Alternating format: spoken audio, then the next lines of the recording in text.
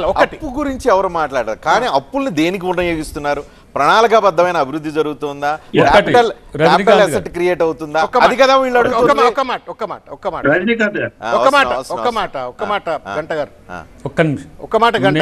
నేను ఒక రెండు అంశాలు చెప్తా నేను ఇవాళ ఒక విషయం చెప్పదలుచుకున్నా అగ్రికల్చరల్ ప్రొడక్షన్ 4 కోట్ల ఎక్కడనో ఒక కోటికి ఉన్నటువంటి ఒక విత్తనాల ఉత్పత్తి వాళ్ళ 4 కోట్ల పైచిలకు టన్నుల విత్తనాల ఉత్పత్తి ఉత్తమ్ కుమార్ రెడ్డి ఒక మాట అన్నారు లక్ష కోట్లు ఖర్చు పెట్టారు వచ్చింది కోటి లక్ష ఎకరాల ఆయకట్టు ఎక్స్ట్రా వచ్చిందని చెప్తున్నారు అంటే ఖర్చు ఎంత రిటర్న్ ఎంత అది కూడా చూసుకోవాలి ఆర్ఓఐ రిటర్న్ ఆఫ్ ఇన్వెస్ట్మెంట్ అంటారు కదా కాంగ్రెస్ నాయకులు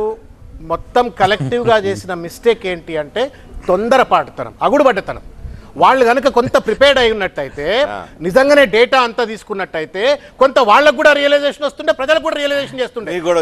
మాకు కూడా రియలైజేషన్ వచ్చేది వాళ్ళకి అసలు సమాచారం ఉందో లేదో తెలియదు ఆగవాగం అయిపోయి ఎట్లా బట్టగాల్చి మీద వేయాలని చెప్పి నా తొందరపాటు ఎందుకు గారు బాగా స్టడీ చేయాలేమో అంటున్నారు బాగా స్టడీ చేసి ఎక్స్పోజ్ చేసి స్టడీ చేసి రావాలా మీ ఆఫీసర్స్ మీటింగ్లు పెట్టుకోవాలా మంత్రులు అయ్యే 3 రోజులు కాలేదు అప్పుడే వైట్ పేపర్ లేదండి నాకు అర్థం కాదు మంత్రులు 3 రోజులు కాలేదు ప్రభాకర్ అయితే నిన్నే చార్జ్ తీసుకున్నాడు ఒక్క నిమిషం శ్రవణ్ గారు నాకంటే సీనియర్ డాక్టరేట్లో కాబట్టి వారు ఇంకా చాలా అడ్వాన్స్గా మాట్లాడుతున్న సీనియర్ ప్రొఫెసర్ గారు కాబట్టి 2 అంశాలు చెప్తా మీరు తేల్చుకోండి సార్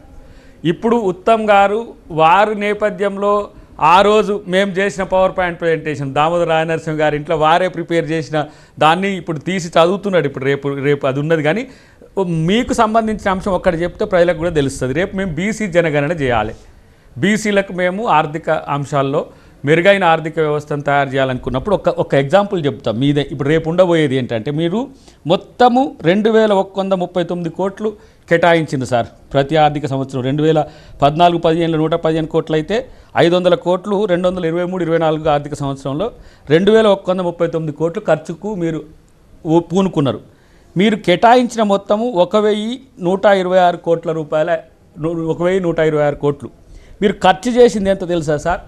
661 కోట్ల రూపాయలు ఏది 54% అని మీరు సకల జన సర్వేలో పేర్కొన్న బీసీల కోసం ఈ 10 సంవత్సరాల్లో లేదు 9 సంవత్సరాల్లో మీరు ఖర్చు చేసిన మొత్తం ఎంత బీసీల కంటే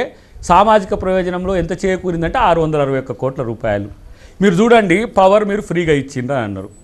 మీరు డిస్కమ్లు 81,000 కోట్ల రూపాయల అప్పుల్లో పడడం పక్కన పెట్టండి మీరు ప్రజల దగ్గర యూనిట్ కాస్ట్ ఎంత సేకరిస్తున్నారు గృహ అవసరాల కోసం కానీ కార్పొరేట్ అవసరాల కోసం కానీ ఇలా దాని ఖర్చు మాకేమైనా తగ్గిందా పవర్కు రేపు మేము పీపీఎల్ 20 ఇయర్స్కి చేసుకున్నారు మేము దాన్ని రద్దు చేయాలంటే కూడా కాదు వాళ్ళ దగ్గర 11 రూపాయలకి కొనాలి 12 రూపాయలకి కొనాలి కానీ నాకు సెంట్రల్ గవర్నమెంట్ దగ్గర దొరుకుతున్నది ఏంది 4.8 పైసకు ఒక యూనిట్ దొరుకుతున్నది ఏం చేసిండ్రు ఇప్పుడు ఇది ఎవరి బొక్కసానికి పోతున్నది అంటే మీరు తీసుకున్న నిర్ణయాల్లో డొల్లతనం ఇప్పుడు 1,49,000 కోట్ల ప్రాజెక్టు కాళేశ్వరం కట్టిండ్రు 1,00,000 ఎకరాలు అవుతున్నాయి ఒక సంవత్సరానికి 2,000 కోట్ల రూపాయల పవర్ ఖర్చు అవుతున్నది మీ కన్నెపల్లి పంప్ హౌస్ పడిన తర్వాత ఒక్క చుక్క నీళ్ళు రాలేదు ఇప్పుడు మేడిగడ్డ కూలుతుందన్న తర్వాత దాన్ని రీకన్స్ట్రక్ట్ చేయాలన్నా లేకపోతే జిల్లాకు డైవర్ట్ చేయాలన్నా అనే విషయం పక్కన పెడితే దానివల్ల 1,49,000 కోట్లతో నేను దాదాపు ఒక 10 లక్షల ఇళ్ళు కట్టుకుంటుండే సార్ మీరు ఇండ్ల కోసం కేటాయింపులు మీరు చూడండి తీయండి కేంద్ర ప్రభుత్వ గ్రాంట్లు వాపసు పోయినాయి ఎందుకు మీరు మరి ఇండ్లు కట్టలేకపోయినరు ఇవి చెప్పాలి కదా నేను అగ్రికల్చర్ ప్రొడక్షన్ మీకు లక్షల మెట్రిక్ టన్నులు ఆ రోజు కట్టింది దయాకర్ గారు ఒక మాట ప్రాబ్లం వల్ల ఏంటంటే మీరు అప్పుల లెక్క చూపెట్టి ప్రజలను కన్ఫ్యూజ్ చేయాలనే ప్రయత్నం చేస్తున్నారు తప్ప ఆస్తుల లెక్క చెప్పట్లేదు నేను ఒకటే చెప్పదలుచుకున్నా మన ఇద్దరం పల్లె బిడ్డలము పేదింటి బిడ్డలము పల్లె బిడ్డలము పేదింటి బిడ్డలము 14లో పల్లెలు బాలేవని చెప్పని కొట్లాడినాం ఇవాళ పల్లెలు మన పల్లె మీ ఊరు మా ఊరు ఎట్లుందో మీకు తెలుసు నాకు తెలుసు తెలంగాణ సమాజానికి అందరికీ తెలుసు మీరు ఇంతకుముందు చెప్పిన విద్యుత్ లెక్కల గురించి చెప్తా ఉన్నారు మీరు అప్పుల లెక్క చెప్తా ఉన్నారు మీ టైంలో 50,000 కోట్లు ఉంటే అది 80,000 కోట్లు ఎట్లయింది 40,000 కోట్లు ఉంటే 80,000 ఎట్లయింది అని చెప్పని మీరు లెక్క చెప్తా ఉన్నారు మీరు ఎందుకు మర్చిపోతా ఉన్నారు సూక్ష్మమైన విషయము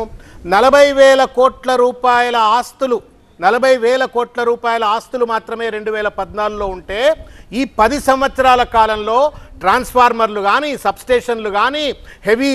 ట్రాన్స్మిషన్ లైన్స్ కానీ, లేకపోతే ఇంకా రకరకాలైనటువంటి ఒక ఏమాత్రం కూడా క్వాలిటీ పవర్కు ఇంటరప్ట్ కాకుండా ఉండడం కోసం పెట్టినటువంటి ఒక పెట్టుబడుల వల్ల ఇవాళ విద్యుత్ సంస్థలలోనే ఉన్నటువంటి ఒక ఆస్తుల విలువ 1,30,00,000 రూపాయలు సార్. మీరు దాని మీద చర్చ చేయండి. మీరు ఎంతసేపు అప్పైందని మాట్లాడుతున్నారు. బట్ 24 గంటల పవర్ ఎట్లా వస్తా ఉంది, ఇన్ని సబ్స్టేషన్లు ఎట్లా వచ్చినాయి, హెవీ ట్రాన్స్మిషన్ లైన్స్ ఎట్లా వచ్చినాయి, ఇన్ని ట్రాన్స్మిటర్లు ఎట్లా వచ్చినాయి, ఈ లెక్కలు ఎందుకు చూస్తలేరు మీరు? ఇవెందుకు కన్ఫ్యూజ్ చేస్తా ఉన్నారు ప్రజలను మీరు? నేను ఇంకొక మాట అంటున్నా, దయాకర్ గారు ఇంకొక మాట, ఒక సూక్ష్మమైన విషయం మాట్లాడింది. మీరు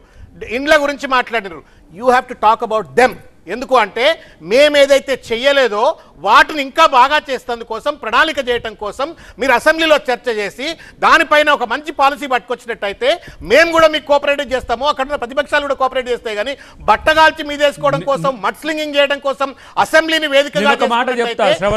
help Telangana. More than government